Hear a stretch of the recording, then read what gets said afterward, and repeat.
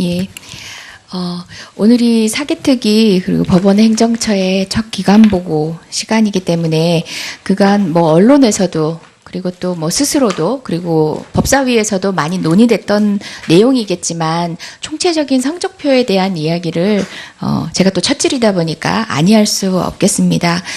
지난 1월에 미국의 라디오 방송사와 공영 채널에서 실시한 미국 내 주요 조직 신뢰도 조사에서 대법원 2위, 각급법원 4위 했더라고요. 굉장히 부러운 수치입니다.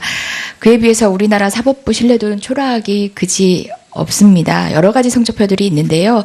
OECD 발표한 2015년에 한눈에 보는 정부 보고서에 따르면 국민 신뢰도 27%, 조사 대상국 중에 39위더라고요. OECD 평균은 54%인데 절반도 미치지 못하고 있고, 또 2017년에 한국행정연구원의 사회통합실태조사에서도 법원이 공정한 재판을 보장한다고 응답한 비율은 37.9%에 불과했습니다. 또한 대법원 사법적정연구원에서 실시한 선물조사에서도 100점 만점 61점, 초라한 성적표입니다. 개혁을 위한 여러 가지 고민들을 하고 있는 지금이긴 하지만 여튼 한마디 아니할 수 없는 게 사법부 스스로가 자초한 불신입니다. 벤츠검사, 정윤호 법조비리 사건, 진경준 검사장 뇌물수수, 숱한 정관예우 사건에 있어서 국민이 신뢰를 가지는 것이 대려 상식에 맞지 않는 거죠. 2017년 3월에 또 국제인권법 연구의 설문조사 결과도 좀 충격적이었습니다. 법관을 상대로 한 설문조사였는데요. 501명이 참여한 해당 설문조사에서 88%의 법관이 사법행정에 관해서 대법원장, 법원장 등 사법행정권자 정책에 반하는 의사표현을 한 법관이라면 불이익을 받을 우려가 있다라고 대답을 했고요. 상급심에 반하는 판결을 한 법관이 불이익 받을 우려가 있다는 것에 대해서도 절반에 가까운 47%가 응답을 했습니다. 법과 양심에 따른 독립된 재판이라는 게 무색해지는 결과이기도 합니다. 여튼 법원 행정처는 여러 가지 요구들 가운데서 저는 가감한 탈판사화가 필요하다는 고민을 좀 하고 있는데요. 여러 가지 개혁 방안이 제시되고 있는 이 시점에서도 내부의 고민도 있을 것으로 생각은 됩니다. 최근 국민과 함께하는 사법발전위원회에서 4가지 정도를 개선 방안 개혁 과제를 제시한 걸로 알고 있습니다. 적정하고 충실한 심리를 위한 재판제도 개선, 그리고 재판 중심의 사법행정구현을 위한 제도 개선, 좋은 재판을 위한 법관 인사제도 개선, 정관예우 우려 근절, 법관 윤리 책임성 강화를 위한 사법신뢰 회복 방안, 이렇게 4가지 있는데요. 일단 일성으로 듣는 국민들의 입장에서는 기대가 되고 기다려 볼 만한 일이라고 보여지긴 하지만 아까 업무보고 과정에서는 사법발전위원회의 결과를 이제 기다린다는 수준의 말씀을 하신 것 같은데 법원 행정처가 당의 사법발전위원회의 논의 결과를 받아들일 준비 상황이나 이후에 절차 과정에 있어서 어떤 방식으로 반영할 것인지에 대한 이제 전체적인 얼개가 조금 궁금합니다. 사실상 이제 사법발전위원회라는 게 이제 강제적 인 어떤 권고를 할 수 없는 거고 말 그대로 이제 권고 아니고 또 국민의 신뢰를 바탕으로 한 것이기 때문에 어느 정도의 부담감을 느낄 수밖에 없는 입장이긴 하지만 여러 사례에서 보듯이 이제 당의 위원회의 의견을 어느 정도 무게감을 가지고 받아들이는지는 기관의 자세에 달려 있다는 생각도 들거든요. 대강의 준비 상황에 대해서 여쭙고 싶습니다. 예. 우리 사법부의 여러 가지 현안에 대해서 또 우려를 표명해 주신 데서 감사의 말씀을 드립니다. 우리 사법부는 국민의 신뢰를 받기 위해서 여러 가지 노력을 하고 있습니다. 그 중에 하나가 사법발전위원회를 설치해서 국민의 많은 위원들이 다양한 각계각층의 위원들로 구성되어서 국민의 의견을 잘 들을 수 있을 것으로 와서 그렇게 했습니다. 그래서 거기에서 정해진 나온 안건은 우리 충분히 수용할 수 있다고 생각합니다. 그리고 수용할 준비도 되어 있습니다. 그리고 그와 별도로 우리 법원 행정처 자체 내에서도 TF를 구성하여 제도 개선을 위한 노력을 계속하고 있습니다. 예, TF 구성이나 자체적인 고민에 있어서 그간 사법부 내부의 어떤 자성의 목소리가 이제 언론을 통해서 전해지고도 있고, 그러한 목소리들이 개혁이나 그 발전 방향에 대한 의견으로 모아질 수 있도록 또 해야 될 것 같은데, 그런 내부 구성원의 의사들이 충분히 반영되는 구조를 가지고 있는지도 궁금합니다. 예, 당연히 그렇게 해야 될 것으로 생각합니다. 그리고 뭐 전국 법관 대표 회의도 그런 취지로 설정하고 있다고 생각합니다. 예. 한 가지만 시간은 별로 없지만 짧게 지적하도록 하겠습니다. 사법행정권 분산에 대해서 이제 많은 논의들이 있습니다. 사실상 뭐 대법원장이 법관 임명할 권한도 있고 사법행정도 총괄하고 인사위원회 통해서 여러 가지 뭐 임명 위촉뿐만 아니라 평정도 실시하고 징계도 관여할 수 있고 등등 하는데, 감시 견제 수단은 없다시피 하다 보니까 최근에 뭐 블랙리스트 사건 등등에 있어서 그 오남용을 어떻게 견제할 것인가에 화두에까지 이르렀습니다. 심지어 재판 업무에서까지 자기 검열을 할 수밖에 없는 최고 점점에 있는 대법원장을 중심으로 한 인사구조, 행정구조 때문에 자기 검열을 할 수밖에 없는 이런 현실이 현존하고 있는데요. 여러 가지 제안들이 있겠지만 그 합의제 기구의 사법행정권을 귀속시키는 것이 어떤가에 대한 의견들이 있습니다. 국회 개헌특위 자문위원회에서 스페인, 프랑스, 이탈리아, 포르투갈 등의 예를 참고해서 16인 상임위원으로 구성된 사법평의회가 또 제안된 바도 있었고요. 관련된 합의제 기구에 대한 어떤 의견에 대해서는 처장님은 어떤 입장이십니까? 예, 사법평의에 대해서는 여러 가지 그 의견이 나오고 있는 걸로 알고 있습니다. 그 사법평의회는 유럽에서 주로 시행되고 있는데, 유럽에서는 완전한 상권 분립이 이루어지지 않은 그런 상태에서 사법부의 독립을 위한 방안으로 사법평의회가 마련되어 있다고 하겠습니다. 예를 들면 법관 인사를 법무부에서 한다. 그거는 수용할 수 없기 때문에 사법평의회에서 한다든지 그런 식으로 되어 있는데, 우리나라는 현재 상권 분립이 완전히 되어 있습니다. 그런 마당에 그 사법평의회를 도입한다는 것은 오히려 그 반대 방향으로 가는 그런 그 개혁이 아닌가, 그런 생각이 듭니다. 사법평의회가 법관 독립을 위해서 활용된 제도다라고 하기 때문에 사법평의가 할 수 있는 순기능을 우리나라 제도에 맞춰서도 적용할 수 있는 추가 논의 여지를 가로막는 방향으로 판단하시는 거는 좀 문제가 있다는 생각이 들고요. 그러한 제도가 법관 내부에 시간 지켜주시는 게 좋겠습니다. 죄송합니다. 법관 내부에 대법원장을 중점으로 한 독점적인 어떤 의사결정 구조에 견제 방안이 된다면 고려해 볼 수도 있는 것이라는 생각이 듭니다. 답변에는 조금 저도 아쉬운 마음이 있습니다. 그 대법원장께서도 여러 가지 우려를 생각하여 그 대법원장의 권한을 내려놓기 위한 이런 여러 가지 생각과 조치를 취하려고 하고 있는 것으로 알고 있습니다. 네, 수고하셨습니다. 네, 다음 존경하는 오신환 위원님 질의하시겠습니다.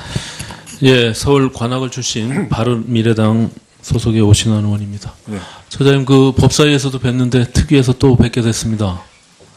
그 특위를 설치해서 지금 사법개혁을 이뤄내야 될 정도의 지금 법원에 사법개혁 과제가 있다면 과연 뭐가 손꼽을 수 있습니까? 재판의 독립을 이루는 그런 게 제일 중요하지 않을까 생각됩니다. 예, 그렇습니다. 재판의 독립, 결과적으로 그를 통해서 사법 신뢰도를 제고해야 되겠죠. 그죠? 네, 재판의 공정성 확보가 필요하다고 봅니다. 사법부의 정치적 독립과 중립성 확보에 대해서는 늘 이야기가 있어 왔고, 그 중요성에 대해서는 여러 의원님들이 지적이 있었습니다. 저는 그 과정에서 중요한 문제는 투명성을 확보하는 것이라 이렇게 생각이 됩니다. 특히 오늘 인사 말씀에도 있었지만 판결문을 공개하는 시스템을 제도화하겠다. 또 사법 행정에 대한 공개, 그중에 사법이 행정이 어떻게 이루어지는지를 공개하는 것이 굉장히 중요할 거라고 생각합니다. 일선 판사들이 그 내용들을 알 수 있는 것, 사법 행정의 권력을 배분하는 것, 분배하는 것이 그 중요한 과제가 아닐까 이렇게 생각을 하거든요. 또한 지금 김명수 대법원장께서 얘기하고 있는 대법원장의 제왕적 권력을 또 나누는 것, 이것도 굉장히 중요한 문제로 지금 제기되고 있습니다. 그런 측면에서 보면 저는 지금 대법원이 여러 회의체들을 갖고 있는데 그 회의록을 공개하는 거 굉장히 중요한 의미를 갖는다고 생각합니다. 국회에서 이루어지고 있는 모든 회의는 공개를 전제로 하고 있는데 대법원에서 이루어지고 있는 회의는 기본적으로 비공개를 전제로 하고 있어요. 알고 있습니까? 모든 규칙에서 비공개를 전제로 하고 예외적으로 공개를 하는 쪽으로 하고 있단 말이죠. 그렇기 때문에 그 내용을 들여다볼 수가 없어요. 사법부는 무슨 섬처럼 가둬져 있는 그런 공간인 것 같습니다. 어느 누구도 타치하지 못하고 그 속에서 무슨 일이 이루어지고 있는지를 잘 알 수가 없어요. 그래서 국회에서 여러 자료들을 요구해도 제출하지 않는 것이 일반적인 관행으로 되어 있습니다. 국민과 함께하는 사법발전위원회가 발족이 됐죠. 네, 그렇습니다. 마찬가지로 사법발전위원회도 기본적으로 비공개죠. 위원회 이 회의록이. 예, 그 규칙에 지금 비공개로 되어 있습니다. 그죠? 예. 그리고 예외적으로 또 공개를 하게 되어 있는데 이 사법발전위원회가 지금 2017년 11월 달에 이미 준비단이 구성이 돼서 준비 작업을 진행해 왔고 그리고 2018년 올해 1월에 대법원 규칙을 제정했습니다. 그렇죠? 예. 그 근거를 통해서 이제 사법발전위원회가 운영이 되고 있는데 그 사법발전위원회가 앞으로 이제 18년도 말까지 약 9개월간 활동할 예정에 있는 것으로 알고 있는데 이 대법원 규칙을 만들 때도 입법 예고조차 하지 않았어요. 알고 있습니까? 네, 그렇습니다. 그 대법원에서는 자체 규칙을 만들 때 왜 입법 예고를 안 합니까? 지금 대법원 규칙 등의 재개정 절차 등에 관한 규칙을 보면요. 입법 예고를 제4조에 하게 되어 있습니다. 행정입법들도 행정부에서 늘 입법 예고를 하고 하는 것이 일반적입니다. 네, 국민의 권리 의무와 직접 관계되는 그런 규칙은 반드시 입법 예고를 해야 되겠지만 그렇지 않다고 생각돼서 그런 국민과 함께하는 사법발전위원회 규칙을 만드는데 제4조 입법 예고의 예외로 되어 있는 입법 내용이 국민의 권리, 의무 또는 일상생활과 관련이 없는 경우에 해당해서 입법 예고를 안 했다 이렇게 지금 주장을 하고 있는 거예요. 네. 국민과 함께하는 사법발전위원회를 만들면서 국민의 권리와 의무, 일상생활에 관련이 없기 때문에 입법 예고를 안 했다는 게 말이 됩니까? 예? 그걸 누가 이해할 수 있겠어요?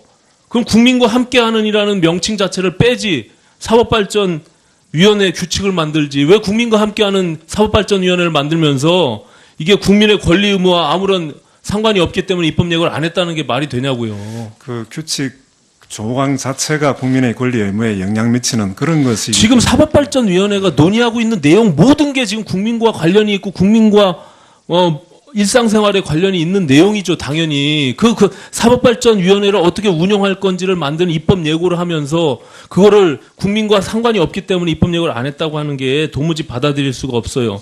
지금 법원이 가장 그 법률적인 절차 그리고 사법 질서의 마지막 최고의 보루로서 그 역할을 해야 되는데 지금 대법원이 입법 예고를 생략한 내용들을 보면요. 거의 75%가 입법 예고를 생략했어요. 입법 예고를 한 건 25.3%에 불과합니다. 이런 절차적인 것들을 지키지도 않으면서 사법부가 개혁을 운운하는 것은 저는 모순이다 이렇게 생각합니다. 제가 관심 갖고 있는 전국 법관 대표회의 상설화 규칙 이것도 입법 예고를 안 했잖아요. 네, 그렇습니다. 비밀리에 그냥 후다닥 해치운 다음에 이것을 지금 운영하고 있지 않습니까? 이건 제가 법사위에서 수도 없이 질의를 하고 문제를 제기했기 때문에 더 이상 반복하지는 않겠지만 이러한 절차들에 대한 모순 그리고 대법원 스스로가 지키지 않는 이런 것들이 결국에는 전 개혁의 대상이다 이렇게 봅니다. 앞서 말씀드린 대로 모든 것이 투명하고 공개되어야만 그 속에서 국민들이 알 권리를 충족하고 그래야 견제가 되고 그것을 감시할 수 있을 거 아닙니까? 사법행정이 폐쇄적이고 너무나 과도한 권력들을 갖고 있다 해서 지금 판사들 내부에서 그것들에 대한 문제의식들을 갖고 있어서 지금 개혁이 이루어지고 있는 거 아니겠어요? 예? 그것도 결국엔 공개하고 투명하게 해야 될 거 아닙니까? 그러면서 만든 전국 법관회의에 대한 그 내용들에 대해서는 아무도 알 수 없게끔 만들어 놨어요. 예? 명단도 제출하지 않고 도대체 거기 안에서 무슨 내용을 얘기하는지도 회의록도 공개하지 않고 지금 말씀드린 대로 사법발전위원회도 무슨 내용을 회의를 하고 있는지 왜 내용을 공개하지 않냐고요. 공개할 의향이 있습니까? 예, 위원님께서 지적하신 행정의 투명성에 대해서는 공감하고 또 앞으로 그 각종 회의의 공개 여부도 신중하게 검토해 보도록 하겠습니다. 투명하게 하는 것만이 그래야 사법부도 더 공정하다라는 인식을 받을 수 있고 그 속에서 신뢰도를 확보할 수 있는 겁니다. 예, 그 말씀에는 충분히 공감합니다. 예. 네, 오신환 의원님 수고하셨습니다. 다음 존경하는 여상규 의원님 질의하시겠습니다. 예. 오늘이 사개특위 그리고 법원 행정처의 첫 기간 보고 시간이기 때문에 그간 뭐 언론에서도 그리고 또 뭐 스스로도 그리고 법사위에서도 많이 논의됐던 내용이겠지만 총체적인 성적표에 대한 이야기를 제가 또 첫질이다 보니까 아니할 수 없겠습니다. 지난 1월에 미국의 라디오 방송사와 공영 채널에서 실시한 미국 내 주요 조직 신뢰도 조사에서 대법원 2위, 각급법원 4위 했더라고요. 굉장히 부러운 수치입니다. 그에 비해서 우리나라 사법부 신뢰도는 초라하기 그지 없습니다. 여러 가지 성적표들이 있는데요. OECD 발표한 2015년에 한눈에 보는 정부 보고서에 따르면 국민 신뢰도 27%, 조사 대상국 중에 39위더라고요. OECD 평균은 54%인데 절반도 미치지 못하고 있고 또 2017년에 한국행정연구원의 사회통합실태조사에서도 법원이 공정한 재판을 보장한다고 응답한 비율은 37.9%에 불과했습니다. 또한 대법원 사법적촉연구원에서 실시한 선물조사에서도 100점 만점 61점, 초라한 성적표입니다. 개혁을 위한 여러 가지 고민들을 하고 있는 지금이긴 하지만 여튼 한마디 아니할 수 없는 게 사법부 스스로가 자초한 불신입니다. 벤츠검사, 정윤호 법조비리 사건, 진경준 검사장 뇌물수수, 숱한 정관예우 사건에 있어서 국민이 신뢰를 가지는 것이 대려 상식에 맞지 않는 거죠. 2017년 3월에 또 국제인권법 연구의 설문조사 결과도 좀 충격적이었습니다. 법관을 상대로 한 설문. 그렇기 때문에 사법평의에서 한다든지 그런 식으로 되어 있는데 우리나라는 현재 상권 분립이 완전히 되어 있습니다. 그런 마당에 그 사법평의를 도입한다는 것은 오히려 그 반대 방향으로 가는 그런 그 개혁이 아닌가 그런 생각이 듭니다. 사법평의가 법관 독립을 위해서 활용된 제도다. 라고 하기 때문에 사법평의가 할 수 있는 순기능을 우리나라 제도에 맞춰서도 이재정 수 의원님 있는 짧게 해주세요. 추가 논의 여지를 가로막는 방향으로 판단하시는 거는 좀 문제가 있다는 생각이 들고요. 그러한 제도가 법관 내부에 시간 지켜주시면 좋겠습니다. 죄송합니다. 법관 내부에 대법원장을 중점으로 한 독점적인 어떤 의사결정 구조에 견제 방안이 된다면 고려해 볼 수도 있는 것이라는 생각이 듭니다. 답변에는 조금 저도 아쉬운 마음이었습니다. 그 대법원장께서도 여러 가지 우려를 생각하여 그 대법원장의 권한을 내려놓기 위한 이런 여러 가지 생각과 조치를 취하려고 하고 있는 것으로 알고 있습니다. 네, 수고하셨습니다. 네, 다음 존경하는 오신환 위원님 질의하시겠습니다. 예, 서울 관악을 출신 바른미래당 소속의 오신환 의원입니다. 네. 처장님 그 법사위에서도 뵀는데 특위에서 또 뵙게 됐습니다. 그 특위를 설치해서 지금 사법개혁을 이뤄내야 될 정도의 지금 법원에 사법개혁 과제가 있다면 과연 뭐가 손꼽을 수 있습니까? 재판의 독립을 이루는 그런 게 제일 중요하지 않을까 생각됩니다. 예, 그렇습니다. 재판의 독립, 결과적으로 그를 통해서 사법 신뢰도를 제고해야 되고 그리고 전국 법관 대표 회의도 그런 취지로 설정하고 있다고 생각합니다. 예. 한 가지만 시간은 별로 없지만 짧게 지적하도록 하겠습니다. 사법행정권 분산에 대해서 이제 많은 논의들이 있습니다. 사실상 대법원장이 법관 임명할 권한도 있고 사법행정도 총괄하고 인사위원회 통해서 여러 가지 임명 위촉뿐만 아니라 평정도 실시하고 징계도 관여할 수 있고 등등 하는데 감시 견제 수단은 없다시피 하다 보니까 최근에 뭐 블랙리스트 사건 등등에 있어서 그 오남용을 어떻게 견제할 것인가에 화두에까지 이르렀습니다. 심지어 재판 업무에서까지 자기 검열을 할 수밖에 없는 최고 정점에 있는 대법원장을 중심으로 한 인사구조, 행정구조 때문에 자기 검열을 할 수밖에 없는 이런 현실이 현존하고 있는데요. 여러 가지 제안들이 있겠지만 그 합의제 기구의 사법행정권을 귀속시키는 것이 어떤가에 대한 의견들이 있습니다. 국회 개헌특위 자문위원회에서 스페인, 프랑스, 이탈리아, 포르투갈 등의 예를 참고해서 16인 상임위원으로 구성된 사법평의회가 또 제안된 바도 있었고요. 관련된 합의제 기구에 대한 어떤 의견에 대해서는 처장님은 어떤 입장이십니까? 예, 사법평의에 대해서는 여러 가지 그 의견이 나오고 있는 걸로 알고 있습니다.